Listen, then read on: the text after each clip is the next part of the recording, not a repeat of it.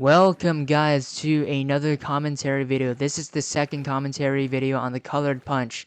Today I'm going to be talking about Hail Mary because yesterday the Colored Punch went out and watched the movie. Everybody loved the freaking movie. It was absolutely peak, bro. One of my friends, Quentin, Q-Dog, he told me that he actually finds Hail Mary better than Avatar, which is kind of a bold statement. And I feel like a lot of people would actually agree with this. But for me, I can't really compare. Avatar was such a masterpiece.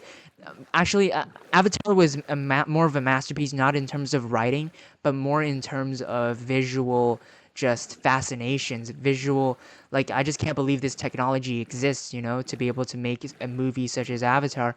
But for Hail Mary, I really love the writing and the science. Like, it's never been done before where like you have an astronaut becoming a friend with an alien, and the alien being that friendly, being that like adorable. The bond is like absolutely, like, it's so wholesome, the bond is, and I just feel like it's such a unique movie, but at the same time people feel like I feel like I've seen reviews on Instagram where people say like Hail Mary is such a generic movie. It's a generic Hollywood movie. Like, oh, the story is generic. The genre is cliche. Like, no, man, I don't think so at all. I feel like this is a really unique movie done really uniquely. Like, I feel like the way the alien was designed was really unique, and they definitely chose a really good book because it has like science in it, and I know that they skipped a lot of the science in the actual movie, but they have a lot of science in the franchise. I don't know what to call it. I want to like summarize both the movie and the book in one word. Like, I don't know what in this piece of fiction, I guess, is what I can call it. But basically, like, I don't know where to start. Like, every part of this movie is so great. I don't know where to start, man. So in the beginning, I was pretty confused about like what's going on. But like, as I thought it was, because when I saw the trailer and the promotion and stuff, I saw like a rocky alien, and I thought it was his assistant. I thought it was gonna be a futuristic sci-fi. I mean, it is a futuristic sci-fi, but I thought it was more like, you know, a bit more on the fiction side, where like he has a rocky friend to help him on his space mission. I thought it was gonna be something generic like that, but turns out no. Like, when I saw the other deceased members, I was like, oh damn, this movie's got weight, man. It's actually getting real. Like, it's not some cartoonish movie. It's getting real.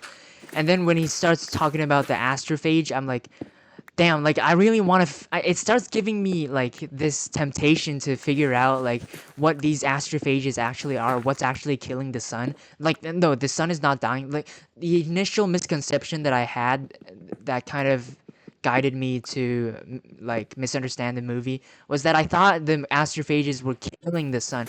No, the astrophages were absorbing sunlight and causing the causing causing the earth to get reduced sunlight, so the earth might enter the ice age or something. But I thought it was then, and I was wondering, like, how could something only planetary sized can kill the sun, absorb enough energy to kill the sun? But then, like, my friends kind of explained it to me after the movie that no, they're not killing the sun, they're actually just taking away the sunlight from the earth. But basically, like, after that misconception, after it got cleared up, it all made sense. But it's pretty fascinating. But another thing that kind of confused me, like, is like, why did they have to bring up the fact that I'm pretty sure it explains it in the book, but why do they have to bring up the fact that this creature is supposedly like originally thought to be non water based life form? The thing is, like, you don't have to like add that into what does it add to the movie, the fact that, like, oh, this might be a creature that isn't water based, but then they do some experiments and then realize, oh, it is water based. But that's not important to the plot, is it? The astrophage is just there to act as a threat to humanity, and at the same time they're using the astrophages to get to a far enough star to investigate how to fight fight the astrophage infection. But the thing is, like, it's really the interesting. Um, I still didn't get a lot of this stuff. I kind of forgot, like, the part where, like, they become nitrogen resistant. I forgot, like, how that became a thing. Maybe you guys in the comments can tell me. But, like, a lot of the things in a lot of this science is in the book, and as well as, like, implied in in the movie, which makes it really interesting, actually. Like, they literally explain the centrifugal force in the not the interstellar station, but like in the Hail Mary spaceship. But yeah, the science of the movie, like, going from actual science to science fiction. Like, for example, the actual sciences would be like the electromagnetic wavelength, and then you've got, centrifugal force, you've got physics, and then some of this stuff is like actual science, and then you've got stuff like astrophages that absorb this infrared, not the infrared, but like they absorb electromagnetic radiation and then emit infrared light. I'm pretty sure these astrophages, and then I also forgot how they figured out how to breed the astrophages. I'm pretty sure it's the presence of carbon dioxide and energy, but I don't know what's going on. Like, a lot of this stuff I don't realize, I don't like understand, because I'm the type of person that needs deep explanations. I need to understand the whole thing to understand the surface level stuff. So, like, I need to understand the full picture to understand the statements, basically. And this is not like a good example for me to basically, like, have a movie touch the very surface of scientific concepts and then have me, like, just basically accept that concept. I can't do that. I need to understand the whole idea behind it before I can accept the surface level idea. So that's a struggle for me. Like, and also I found it stupid in the movie that, okay, I'm going all over the place, but just bear with me, man. I'm just getting excited over the movie. All right, I really like the movie. My friend literally said that he would watch the movie a second time. I wouldn't really do that. Maybe I'll watch it another time a year after. But if you ask me to watch it another time, you're gonna have to pay me to do it, because I already know all the story. I feel like it's a one-time viewing experience because it's not like a spectacle or anything. The visuals are really good. Don't get me wrong. The visuals are really immersive and really, really beautiful sometimes. Like, for some of the scenes, they're really, really good. But what I found stupid about the movie is like the laboratory blew up because they mistaken milligrams from nanogram. That's a 10 to the power of 6 difference, man. That's like 1 to 1 million of a difference. I mean, obviously, if it's that huge of a difference, it's obviously gonna cause like a huge explosion. But, like, how could a scientist mix up nanograms and milligrams? Like, I know it's N and M, but like literally they are the furthest. They are as far apart as they can be. Like, as a high school student, you cannot mix up these two. Like, even in an exam paper, even when you're sleep deprived, you're not gonna make that mistake. And to have it happen in such a qualified facility, to mistaken units, really, milligrams and nanograms. I'm just not really that convinced. Like, a high level scientist, like world class scientist, is gonna make such a mistake. I don't think so. So I'm pretty sure they made that up because, like, in the book it was supposed to be something different. They mishandled the astrophage that caused the explosion, and I guess in the movie it's just too much to explain. My friend told me that it might have been too much to explain, so they changed it from a mishandling to a misinterpretation of the units. But I just found that extremely stupid because in no world does a world-class scientist make such a rookie mistake. This is an actual rookie mistake. This is not an exaggeration. It's such a rookie mistake that if it actually happens, like, for example, like, you're handling, like, fucking aliens, and you're making mistakes like that. Like, for example, if we're making a rocket into space, you're not gonna mess up the units, right?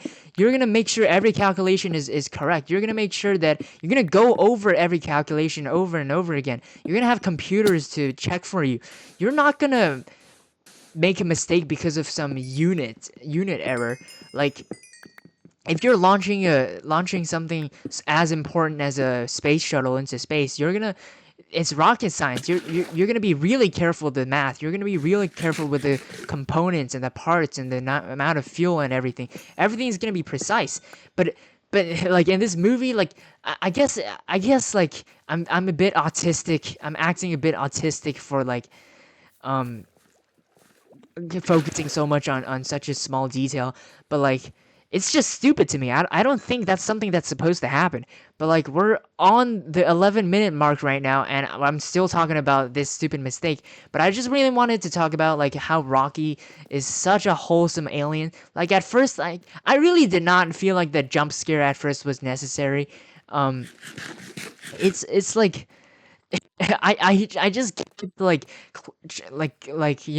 having my hands out in front of my face just in case like a jump scare happens, because I got jump scared once. I'm like, okay, that's a dark tunnel. Like I don't want to get jump scared again.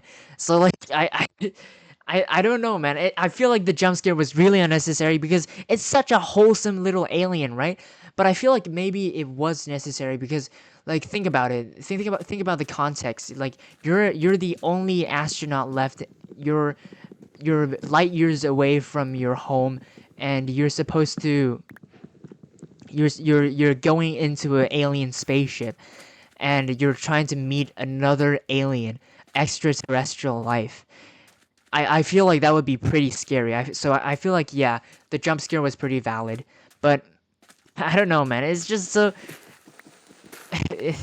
I just did not like that jump scare at all, man. It's not supposed to be a horror movie. It's supposed to be this lighthearted. I mean, it's not lighthearted, but because the stakes are genuinely high. But the the interaction between the the interaction between the astronaut, basically Grace, and Rocky is so wholesome, man. Like the movie makes me want to have my own little rock friend. Like the rock friend is so like intelligent, and at the same time it's like an intelligent cat or an intelligent dog that cares about you, that has so much empathy, and but at the same time he's smart and capable, and he's here on a mission, and he understands that. And when he realizes that Grace is not gonna live, that Grace is gonna go back, that Grace is not gonna go home, he's gonna die in space, he realized, like, he got so sad, and you could tell he got so sad, and that kind of almost broke my heart, man. That almost broke my heart to see such an innocent alien feel so sad. And like, god damn, man, it actually made me feel sad. And and then he's like, I can offer you fuel. And like, that's what a friend does, man. Like, I go back to my home 6 years later, but you know what? That's worth it because I can save your life, and that's so cool. And then Grace realizes that, oh shit, because the microbiology will actually break down the ship that Rocky lives in, that Rocky occupies in. So Rocky's gonna die if he doesn't go back and warn him and save him from that. So goddamn, it's just so cool because Rocky tries to save Grace's life, and Grace realizes that, God damn, in order for him to save my life, he's going to die. It's not directly related, but it's basically, the logic is basically, if he's going to save my life, then he's going to die. And I can't let that happen, so I have to go back and save Rocky. And the bond is just so cool, man. I just wish that Rocky could go back with him to Earth. Like, I hope that there's a second movie, but it's impossible. I just hope that there's a second movie where Grace and Rocky is basically the link between humanity and Rocky's race. So like, damn, bro, I just love the bond, man. Rocky saves Grace's life, and then Grace saves Rocky's life, and then Rocky's like, "When do you want to go back?" And then they literally make it like a extra. They made a terrarium for him. they made a freaking terrarium for a giant terrarium for Grace to live in, and Rocky is genuinely a friend for him. And then I love the part where, like, in the end, my friend says talked about this as well. Like Grace was able to understand Rocky in the end because they interacted for so long. They're able to understand Rocky. And also, an interesting that my other friends talk about is that Rocky actually has really great memory. That's why he can memorize the sound patterns of the words of Grace and then understand him without a computer. So basically, Rocky is really, really intelligent, and somehow I really, okay, I'm all over the place right now, but basically, um, there's a part where he said, like, oh, Rocky's race is so technologically advanced, but at the same time they don't understand about electromagnetic radiation, and they don't understand about special relativity, which gets me really confused because special relativity is supposed to be involved in space travel, because when you're traveling at the speed of light, you're supposed to account for the calculations of time dilation and space, like, manipulation, or whatever it's called. Um, so, and there's also like mass dilation or something like that, but I forgot. I learned it in my A levels, but I forgot. I should go back and revise that. But like, damn, this movie was really great, man. Um, I don't know what else to say. Like, oh my god, the part where, like, I thought Rocky was about to die. I just really hope that he didn't die. I was like on edge of my seat, bro. I don't even remember how tense I was when I was watching those scenes, because, like, the scene where they had to go into the atmosphere of that planet to collect the samples, that was so tense, man. Like, the even more tense part was when Rocky had to get out of his shell, his glass tube, his glass enclosed, like, what enclosure, like, he had to get out of his glass enclosure to save to save Grace, and then he himself almost died. And that's just, oh my god, like, you know what, I feel like it's so symbolic because both of these astronauts, I feel like, on the surface they seem like just really innocent people, but really through their actions they've proven that they are just as brave as each other. Yeah, and they are much braver than the average being. So, like, like Grace was willing, he wasn't brave. He told himself he wasn't brave because he was forced to get on this ship. So when he said he wasn't brave, we didn't know why. We didn't know why, but then we were revealed that he was forced to get on this mission. But then he carried it out, and he was brave doing that. And like, so the stuff like going out of the meeting the alien, that was bravery. Getting out of the space shuttle to collect the samples, that was bravery. And for for Rocky, for him to, like, I mean, he all he wanted to do was to fix his friends, but all his friends died because of the radiation. And so, like, damn, all he wanted to do was save his friends, and then he wanted to save Grace as well. So that's why he gave him the fuel. And oh my god, it's just this such a wholesome thing, man. I'm all over the place, but you understand my passion for this film. It's so great. And also, like, him getting out of his glass enclosure to save what do you call it, save Grace.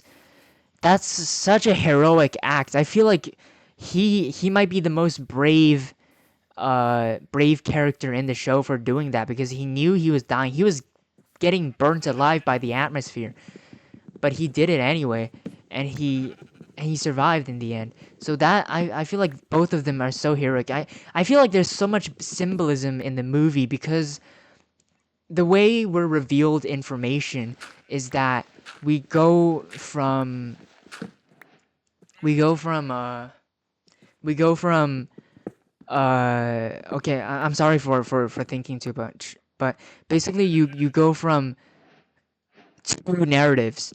We're going from two chronological orders. One is at Earth before everything happened. One is in space while the thing is happening. And as we're given more and more information, I just feel like this film is so beautifully crafted. It's. I feel like if we watched it a second time, we would be able to uncover so much symbolism that we missed in the first time. But like that's the beauty of film, right? If you watch it a second time and still find out about new stuff, that's a good film. And that's exactly what Hail Mary is. And I can't believe people are saying this movie is mid because in my opinion, this movie is like on the level of just oh my god, it's one of the best movies ever, man. Like it's so unique and the emotional storytelling is just so impactful. So like and the science as well. It's so great. So yeah, that's about all I have to talk about. We're already at 21 minutes. I've talked enough about this film. I'm gonna yeah, I'm gonna end it here. All right, guys. I'll see you guys in another video.